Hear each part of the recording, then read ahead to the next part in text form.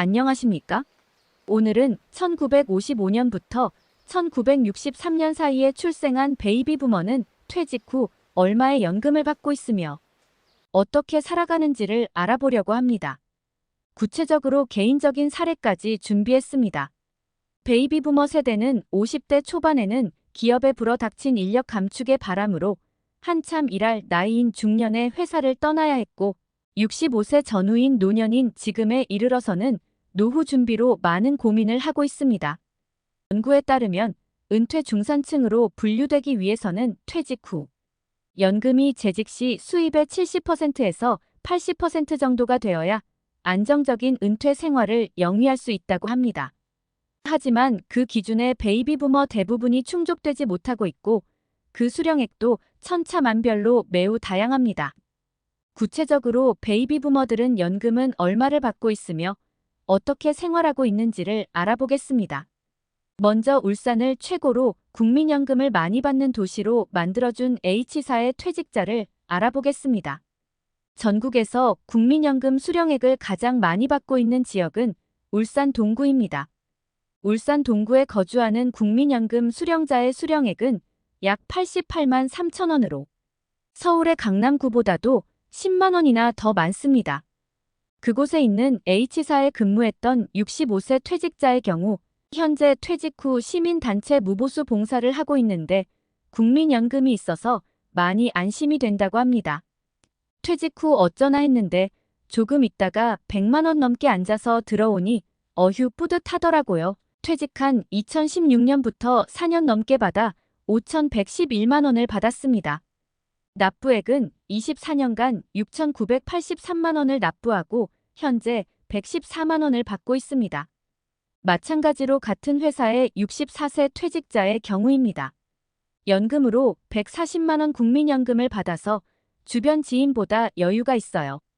막걸리에 보쌈을 먹으면서 막걸리 4,000원에 빈대떡 7,000원, 2만 원이면 셋이서 잘 먹어요. 그런데 그 중에서도 2만 원을 선뜻 내는 사람이 드물어요. 초등동창 고향 사람 만나서 얘기하다 보면 제가 높아요. 제가 어마어마하게 높아요.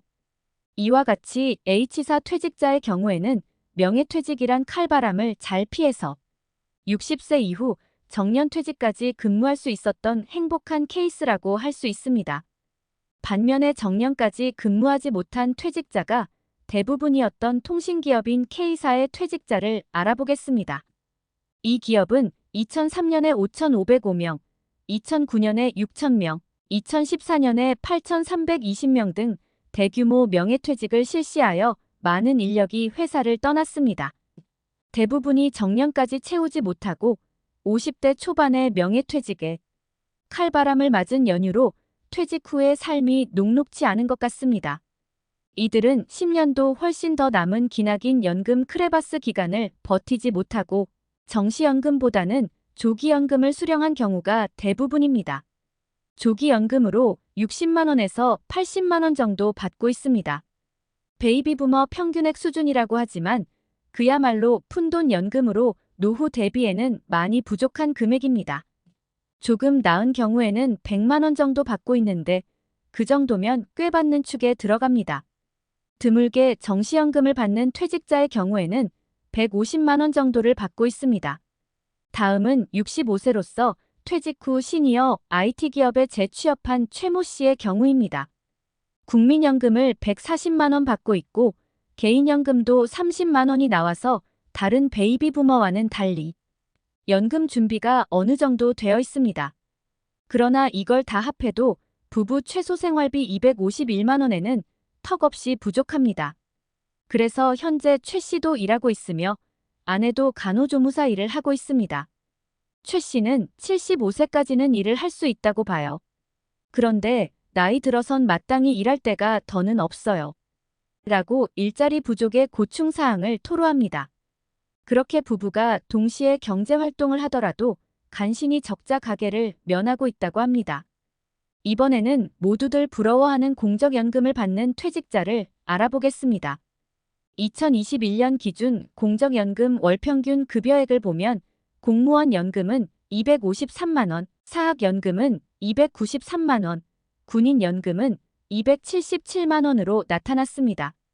중견 공무원으로 30년 이상 정상 근무한 뒤 퇴직했다면 260만 원 정도의 연금을 받습니다. 이 금액은 KB금융이 발표한 최소 생활비 월 251만 원을 조금 상회하는 수준입니다. 공적연금 퇴직자도 연금만으로 생활한다면 그리 넉넉하지는 못하다는 뜻입니다. 마지막으로 임원 퇴직자를 볼까요? 58년 개띠생인 은행 임원 퇴직자의 경우입니다. 임원으로 8년간 재직하면서 연봉으로 1억 5천에서 2억을 받고 20년 5월 퇴직했습니다.